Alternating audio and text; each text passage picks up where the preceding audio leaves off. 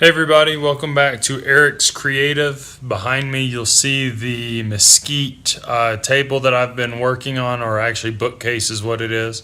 It's a small bookcase. It was made out of some scrap mesquite that a friend of mine who works at a fine woodworking furniture shop gave me that they had as offcuts. It was all somewhere between 2 and 3 feet long, so it was still decent wood to work with.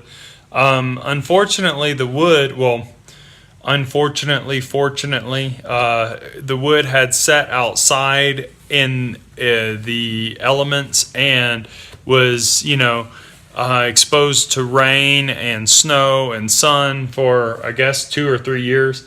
And so it created all this beautiful checking in it, but it also created some challenges for working with this wood. Now, when I started this project, I started it as a 100% experiment. This piece of furniture was for me, it was not to be sold. And so I thought I'd go over some of the challenges that I found with working with mesquite wood, since this is the first time I've ever worked with mesquite. Now, also I'd like to make mention, as I mentioned briefly before, this wood was really weathered. I mean, really weathered. It had a lot of checking and stuff like that in it, and a lot of cracks and all that kind of stuff. So it makes it even more of a challenge. But what I'm going to go over is pretty basic and is what you can expect from working with mesquite wood in the future. Here you'll see more or less what kind of condition the wood was in when I got it. These are a few of the pieces that were too checked or too broken for me to work with on this project. But that's about the condition all of it was in, this wood right there. So it kind of gives you an idea of what I was starting with. And a lot of this had already been milled down a little bit to size, but I did have to go back and mill it to final dimension. And because most of it was already within like a 1 3/4 inch thickness to start with when I got it, that meant that most of what I ended up with was like 5/8 thick in thickness by the time I was done, just from jointing it flat because it had started to cup or bow or twist a little bit, and then after using it on the jointer, running it through the planer, of course, and then sanding it down to the size, the thickness that I needed, ended up around 5/8 thick. That thickness does create a bit of a challenge for this wood. Well, I guess part of it too is that on mine, these checks here and these cracks, what happened is they don't allow the wood to lay completely flat, because even though you joint and plane this wood smooth and flat in the jointer and the planer, the cracks allow variances in weather and whatnot, or just the nature of how they sit, to roll up and bow and twist, and then you have to force them into place. And even though it is split, it's not super soft to manipulate. So that's why I actually use screws in this piece, and I'm capping them with dowels. But this brings me to one of the things that I learned early on with mesquite wood. So mesquite is fairly dense. It pretty heavy when you're moving it around and things like that. It's pretty hard. I've dropped it on the floor by accident a couple of times over the past few months that I've had it in the shop. Never broke or anything like that, but it's not a very porous, or it's not a very fine-grained wood.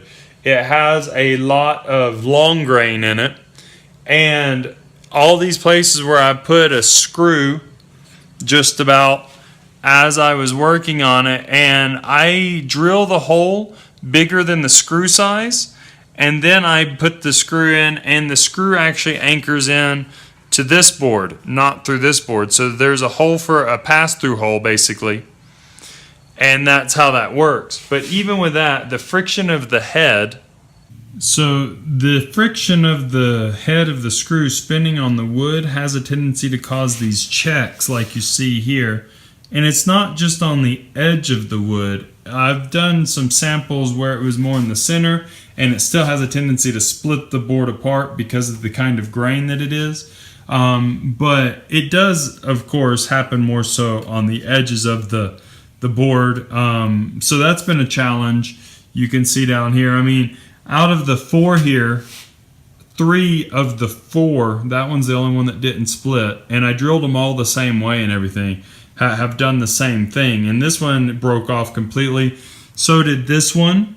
I just had to re-glue them back on.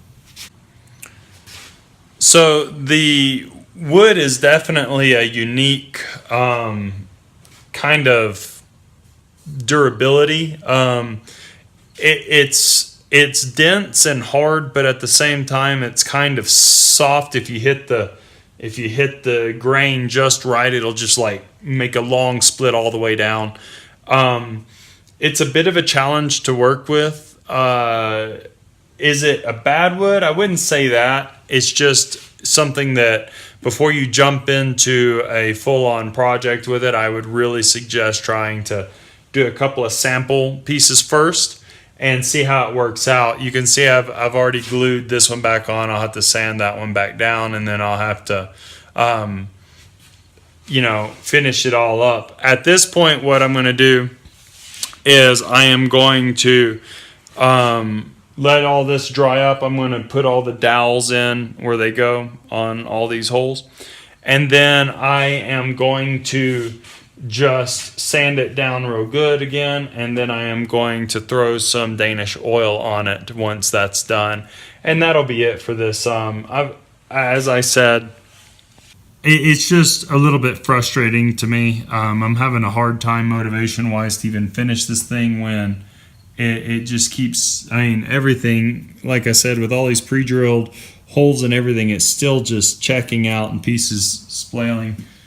Shame is it's a really beautiful wood. I would really like, I really do like the way the wood looks. It's just kind of difficult to work with, but I love all the checking in it. It was just an experimental piece, trying to see what I could make out of something that was so knotted up and had so many holes in it.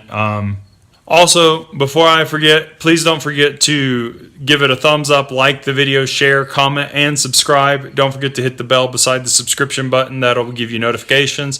That means that you won't miss one video that I put out. Also, if you're into off-roading and outdoor stuff, mountain biking, hiking, whatever, go check out my other videos. I have a link in the description below on my other channel, and I have a Patreon for that channel as well. And that Patreon will effectively be helping everything. So if you don't mind, consider giving that a like and go over there and help out. All the links that say Amazon affiliate are affiliate links that help pay me when you buy. So if you click on that link and then buy something, it does help. That's always beneficial for the site, and it helps me keep everything going as well. And I hope that one of those methods will be something you can do to help out keep this stuff going. So thanks, guys. Hope to see you in the next video. Bye.